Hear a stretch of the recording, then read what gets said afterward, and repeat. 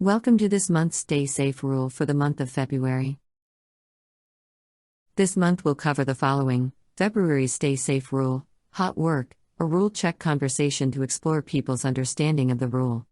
Hot work case study, discuss what steps could have been taken to prevent incident in the case study. What do we always do? Avoid hot work when possible.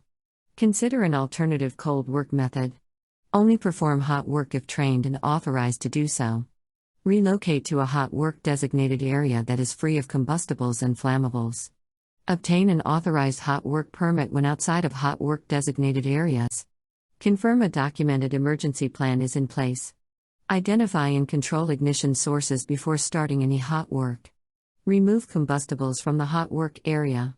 Or isolate from ignition sources by shielding/covering with welding blankets or pads. Identify and isolate flammables or explosives in hot work area. Test for flammable vapor or gas prior to work and as needed during work. Identify, isolate and lock out tag out, LOTO, all energy sources. Perform continuous fire watch during, and on conclusion for 1 hour. Then perform fire monitoring for 3 hours. Obtain an authorized hot work permit, valid for 1 working day or shift.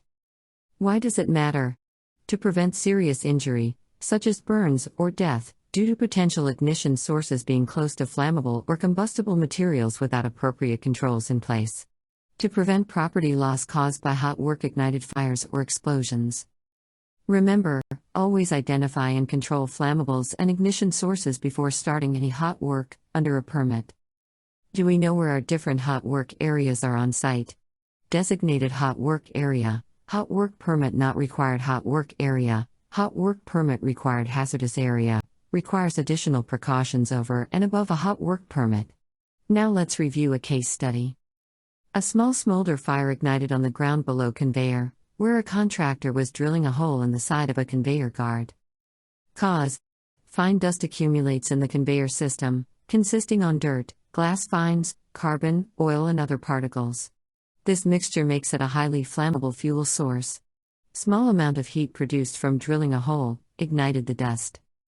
Outcome: fire was immediately extinguished.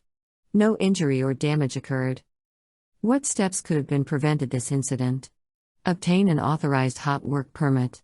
Identify all hazards, i.e., risk of igniting the dust, put appropriate controls in place, i.e., cleaning conveyor of dust, before work starts.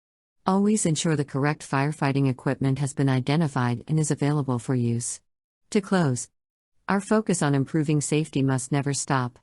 If you are unsure on any elements of the hot work stay safe rule or take 5, you can check with me, your supervisor or health and safety representative. We will ensure you have the support, materials and training needed to ensure you understand these fully.